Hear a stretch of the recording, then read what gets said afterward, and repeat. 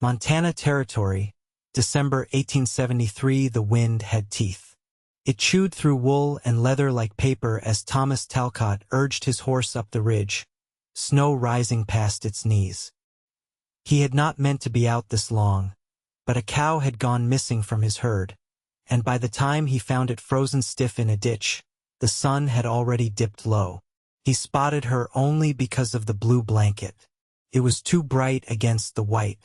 At first, he thought it might be trash left by a traveler, but then the blanket moved just barely and he kicked his horse into a run.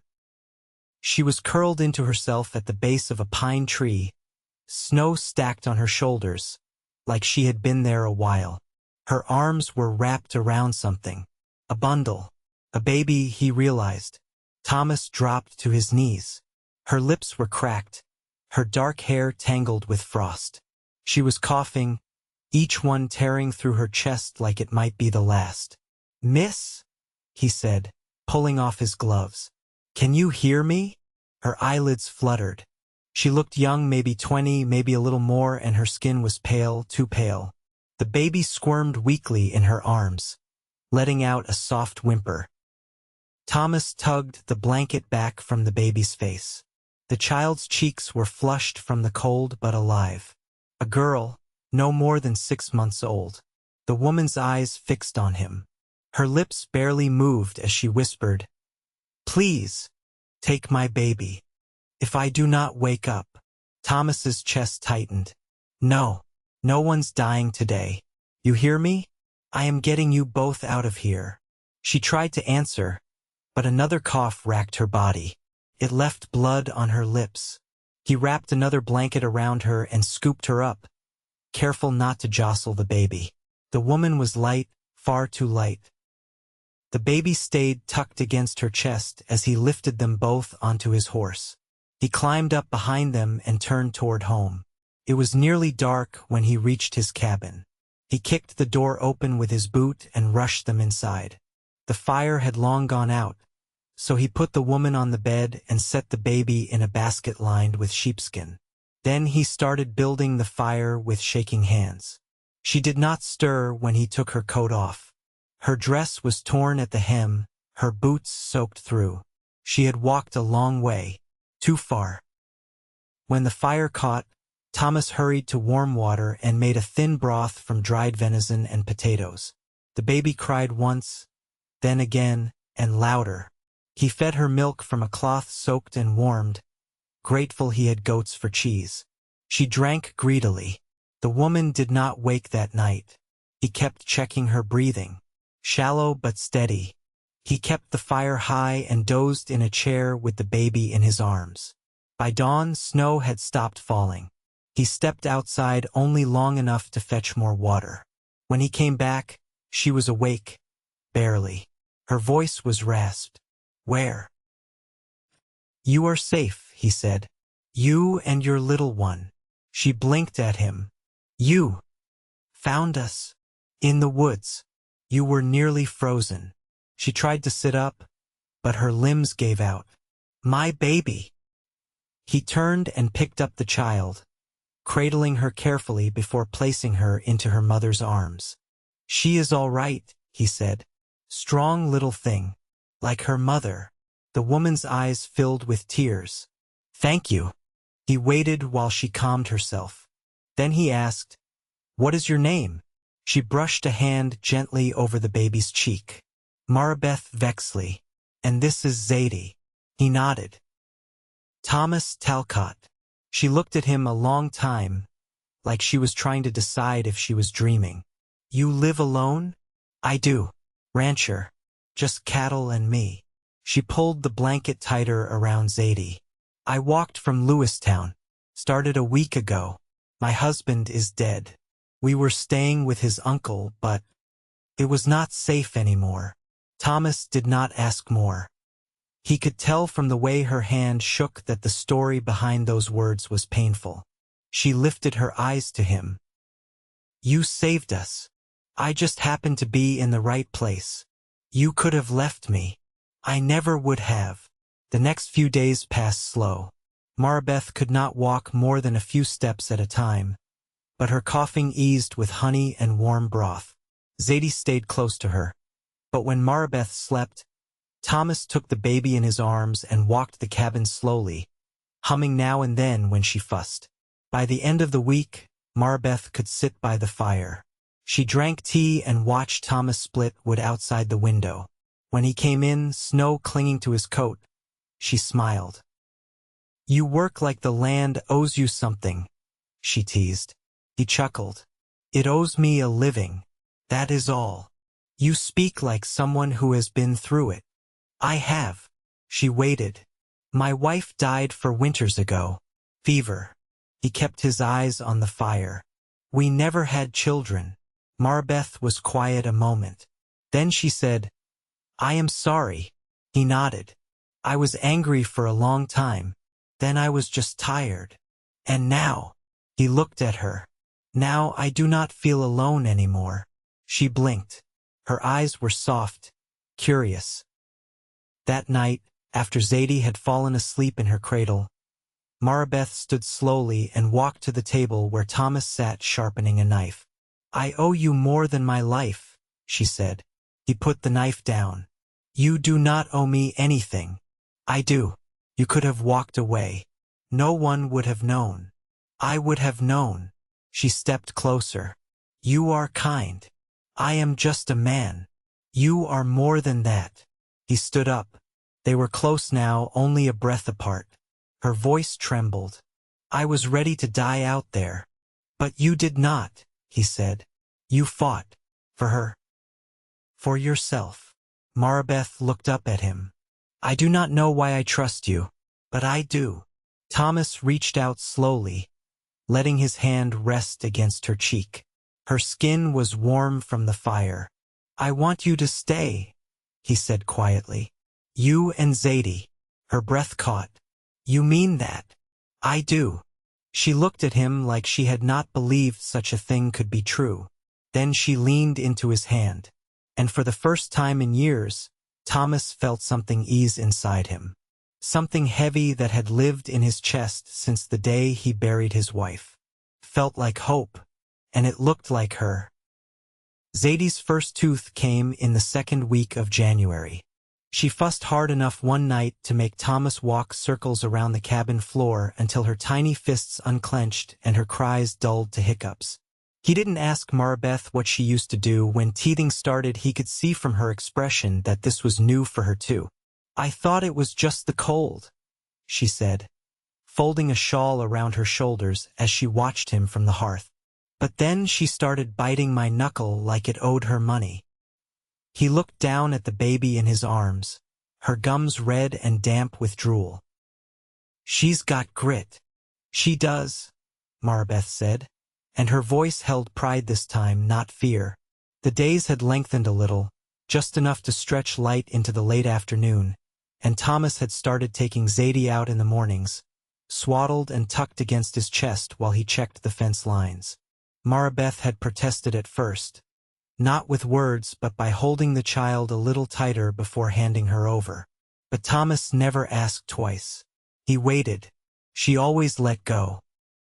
One morning, after Thomas returned with the baby asleep and warm under his coat, Marabeth was standing at the table, sleeves rolled up, kneading dough with both hands. Her hair was tied back with a strip of cotton, and flour dusted the shoulders of her dress. She didn't look up right away. "I found the tin of lard and wanted to try something," she said. "I don't know if it'll come out right." He set Zadie down gently in her cradle and stepped beside her. "You bake often?" he asked. "I did. Before. My mother kept a wood stove going near year-round. Even in August." "That sounds hot." She laughed, low and real. "It was. But she said bread came out best with sweat on your brow." He leaned a little to the side, watching her twist the dough into small knots. "I never met a woman who could cook and quote scripture in the same sentence." She wasn't quoting scripture. She just liked her sayings to sound like they mattered. Did they? Some of them. She glanced at him. She said a man's not worth the salt in his bread if he leaves a woman colder than he found her. He didn't answer that. Just looked at her hands, working steady. Sure. They'd regained color over the last few weeks. She stood straighter now when she moved, and her cough had mostly faded to nothing. After a moment, Marabeth's voice softened. I'd like to earn my keep, Thomas. I don't want to sit idle. You aren't idle. I'm not ungrateful either. You've taken us in. But I want to work for what we have. He looked at the window where frost still clung to the corners. Come spring, the cattle need grazing closer to the river flats. I'll need someone to help mend gear and cook. Maybe help with planting. If that's something you want. I do. She wiped her hands on a cloth and stepped away from the dough. I want a life with dignity. For me. For Zadie. He studied her, and something shifted in the quiet between them. Not sudden, not sharp, just a deepening. Like snow settling on a roof, silent but certain. Later that week, with the wind calmer and the sky pale with sun, he brought her out to the barn. He'd cleared the worst of the snow from the path, and she walked slowly, careful not to slip, Zadie wrapped against her chest. Inside, the air was warmer, heavy with hay and the soft, rhythmic breath of animals. I thought you might like to see where I spend half my days, he said as he opened the gate to the pen. Marabeth stepped in, eyes scanning the stalls. I've never been in a barn this size. My father built the frame. I finished it after he passed. She touched a beam with her free hand. It smells like work. He laughed. That's one way to put it. Did you grow up here? He nodded. We came up from Missouri when I was 12. Staked land before the rails came close. It was all brush and rock back then. Do you miss it? Missouri? No, he said. But I miss how simple things felt when we first came. Before the land got bought up and folks started looking at each other sideways. She didn't say anything, but her hand drifted to Zadie's back, patting gently. He leaned against the stall door. You think you'll want to stay here? Come spring? She met his eyes. I think I already have. Zadie squealed softly, and Marabeth smiled down at her. We need to make her a cradle board, she said. My mother made one for me. Said it kept her arms free and her mind clear. I can cut the wood, Thomas offered. If you show me how it's meant to look. Marabeth nodded. I will. They walked back to the cabin with the sun brushing the tops of the trees and the snow crunching beneath their boots. Inside, the bread had cooled, and Marabeth broke off a piece, handing it to him. He took a bite and chewed slowly.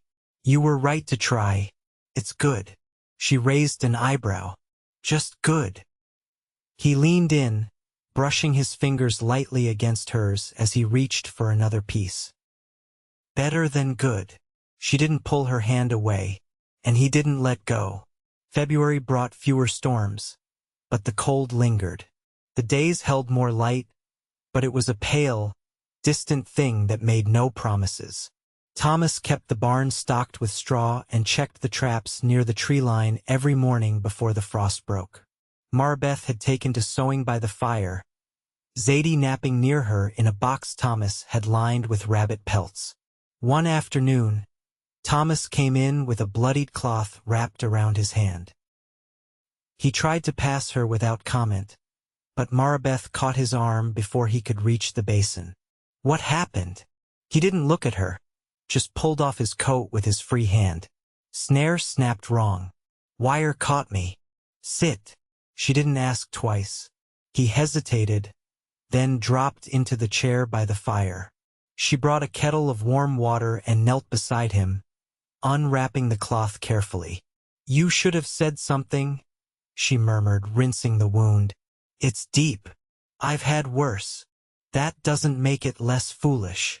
He winced as she dabbed the cut with a rag soaked in whiskey. Did I say something funny?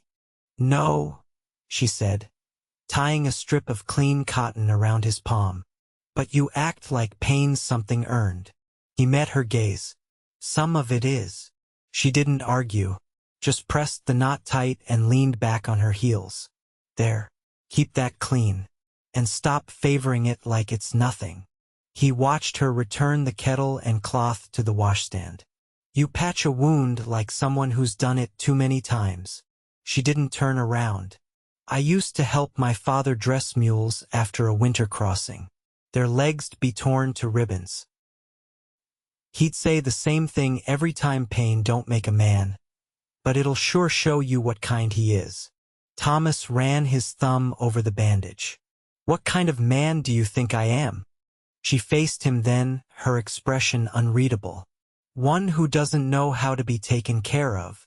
That night, after Zadie had been tucked into her cradle and the fire had dimmed to a low glow, Thomas stepped outside. He stood on the porch, watching the stars blink into the sky one by one.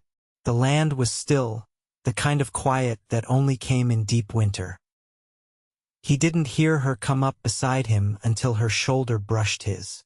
You always stand out here when it's this cold? Sometimes I need the quiet. Marabeth crossed her arms, pulling the shawl tighter. I used to wait for the stars back home. It meant my brothers were done working, and we could all sit on the porch and listen to the cows settle. It was the only time no one asked anything of me. Thomas nodded. You miss them? Some of them. Others made me feel like I was a burden the minute I learned to speak. He looked at her. You're not a burden. She didn't answer right away. Then she said, I'm learning to believe that. The wind shifted, carrying the faintest scent of pine and smoke. Thomas cleared his throat. I was thinking once the thaw comes, I might rebuild the side shed. Make space for a proper kitchen. If we're going to be planting, we'll need it. Her voice was quiet. You mean for me to stay? I do. She turned toward him. You're not asking out of pity? He shook his head. I've seen what pity looks like. It's a glance and a turned back. This is different. She took a step closer, her breath rising in little clouds. You want more than just a roof shared? He nodded. I want a life. With you. And her. Marabeth studied his face like she was learning it all over again. I want that too. He reached for her hand, careful not to press too hard against the bandage on his other. Her fingers laced with his without hesitation. Inside, Zadie stirred once, then settled again. They stayed like that for a long time, not needing to fill the silence. Just two people who had known loss standing under a sky that promised, for the first time in a long while, something new, something lasting. By early March, the snow had begun pulling back from the edges of the valley, revealing soil the color of old iron and patches of last year's grass pressed flat like brittle parchment. The creek behind the barn gurgled again beneath thinning ice, and the air had shifted, not warm yet, but no longer bitter. Thomas stood on the porch mending a length of tack when he heard Marabeth's voice from inside, soft and low, not meant for him. He paused, listening. Zadie babbled in reply, and Marabeth laughed, not the careful, uncertain sound from weeks past, but something easy, like it had lived inside her all along, waiting for the right kind of quiet. He stepped back in, brushing the dust from his palms. You two planning on keeping all the good talk to yourselves? Marabeth looked up from the floor, where she sat with Zadie on a quilt, surrounded by scraps of calico and a small pair of scissors. She's got opinions about every fabric I lay down. I think we've decided on green. Thomas crouched beside them, letting his fingers trail over the edges of the cloth. You making her a dress? She's outgrown everything I brought. Her eyes flicked to his. And I like the thought of her wearing something made in a place where she's safe. He nodded once, not trusting himself to speak right away. Then he traced a finger over the edge of the green square. That one's a good choice. Looks like the willows along the creek when they start leafing out. I've never seen that. She reached for a thread and threaded her needle. We were always gone by the time spring green came in. You'll see it this year, he said. If you'd like, I'll take you both down when the first shoots come in. She looked at him, and something passed between them, not a question, not even hope, just the quiet certainty of a promise already kept. That night, after Zadie had gone down early and the stew pot was empty but for a layer of broth, Marabeth leaned back in her chair and tilted her head toward the ceiling. There's something I've been meaning to ask. Thomas met her gaze. All right, why didn't you remarry? After your wife passed. He didn't look away, but his voice was quieter than before. I tried. Once. There was a woman in Judith Gap. Widow with 2 sons. We wrote letters, talked some, went to church together twice. But she wanted someone to take her back east, and he paused. I belonged to this land. Even when I hated it, I couldn't leave it. Marabeth nodded slowly. I understand that more than I thought I would. I used to picture escape like a doorway. You just walk through, and everything before gets smaller behind you. But it never does. It clings. Some things should. Her fingers traced the edge of her cup. What about you? What would you ask, if you weren't trying to be polite? He watched the firelight shift in her eyes. Did you love him? Zadie's father. She didn't answer for a long time, and when she did, her voice was steady. He was kind to me at first. I was 17, and he had a way of talking like the world made sense when he spoke. But he changed after we married. Or maybe he didn't change, and I just stopped convincing myself it was love. Thomas waited. I stayed because I thought I had nowhere else. Then I had Zadie, and I knew I couldn't raise her in fear. So I left. He reached across the table, resting his hand over hers. You were brave. I was desperate. Sometimes they're the same thing, he said. The logs shifted in the hearth, and a gust of wind pressed against the cabin walls. Outside, a coyote called once, then fell silent. Marabeth looked down at their hands. I never thought I'd feel ease again. It used to be something I didn't even notice, like breath. Then it was gone. Thomas's thumb moved slowly over the back of her hand. You have it now. She swallowed. Do you want more children? The question surprised him. He watched her, the way her shoulders held a kind of tension that hadn't been there earlier.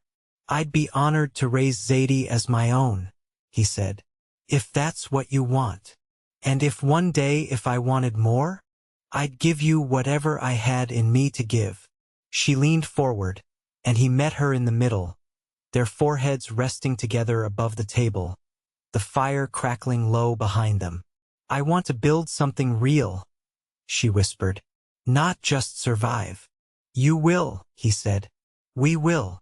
In the cradle, Zadie stirred, but did not wake. Her breaths came slow and even. Outside, the land lay still, waiting for the thaw. Inside, 2 people who had nearly been lost now sat with their hands entwined, the heaviness of old winter's beginning, at last, to lift. By late April, the ground had softened enough for planting. Thomas lent Marabeth his father's old spade, and they turned the soil together behind the cabin, taking care to keep Zadie shaded nearby beneath the cottonwood tree. Marabeth wore a wide-brimmed hat she'd stitched from scrap canvas, and her sleeves were rolled high, arms streaked with dirt and effort. Thomas had carved a small cradleboard by hand, guided by Marabeth's descriptions.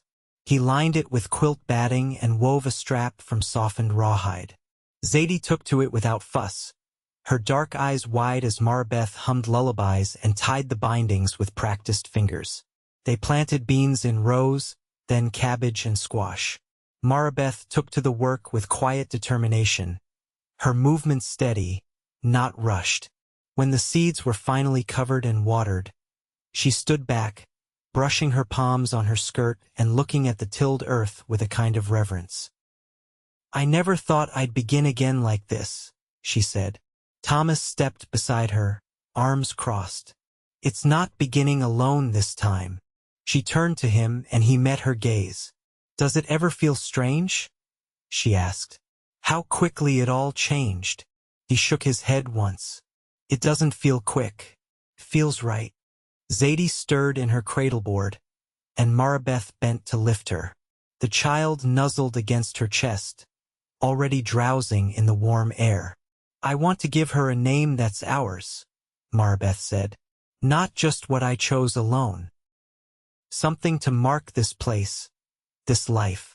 Thomas thought for a moment. What about Zadie May? May for the month we planted. For what's growing now. Marabeth smiled, and it was soft and sure. Zadie May Talcott. She said it slowly, as if tasting it for the first time. Then she kissed the baby's brow and looked back at Thomas. You're the first person I've ever trusted without watching my own back. You don't have to anymore. That night, they sat close on the porch, wrapped in a wool blanket, watching the stars kindle over the ridge. Zadie slept between them, swaddled tight and breathing slow. Marabeth leaned her head against his shoulder. I thought love was something that came with cost, something owed. But with you, it feels like something returned. He laid his hand over hers. I don't know what I did to deserve this, but I know I'll protect it with everything I've got. She looked up at him, her voice low. I don't want to wait. I want to be your wife. Thomas turned to her, eyes steady. We'll speak our vows before the preacher rides out next month. But I've been yours since the day you let me carry you into this cabin. Her lips brushed his, slow and certain, and he pulled her into his arms. They married beneath the same cottonwood tree that shaded their garden. The preacher from Utica arriving by wagon with a dusty Bible, his voice rough from the road. Zadie wore a bonnet stitched from the same cloth as Marabeth's wedding dress. It was a simple ceremony, with only the wind and the hills to witness it.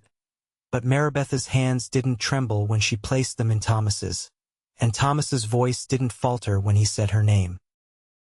He built her a table from pine cut near the creek, and she filled their shelves with jars of beans and pickled cabbage by summer's end. When the calf was born in early August, they named it Willow, after the green shade that had settled along the water's edge where they often walked with Zadie strapped to Marabeth's back. Marabeth hung dried herbs from the rafters and stitched curtains from flour sacks. Thomas taught her how to spot the difference between a storm cloud and a passing shadow. They sat together in the evenings, not always speaking, but never needing to fill the silence. Zadie took her first steps just as the aspens began to yellow. Marabeth cried quietly, holding her daughter close, and Thomas lifted the child in his arms with a pride so full it ached. They never left the land. When neighbors came, they were welcomed with coffee and hearth-warm bread. When winters returned, they faced them together, with a home that no longer echoed hollow. Their love was not loud. It didn't need to be. It lived in the small things, an extra log on the fire before she asked, the way she pulled his coat close at the collar, the shared glance when Zadie laughed in her sleep. They grew old with hands still reaching for each other in the dark, still planting side by side when spring returned. And when the porch would creak beneath grandchildren's boots and the garden grew wild with too much joy to tame, they sat side by side and watched the wind move through it all, soft and steady, like the life they had built earned, not given and held without fear.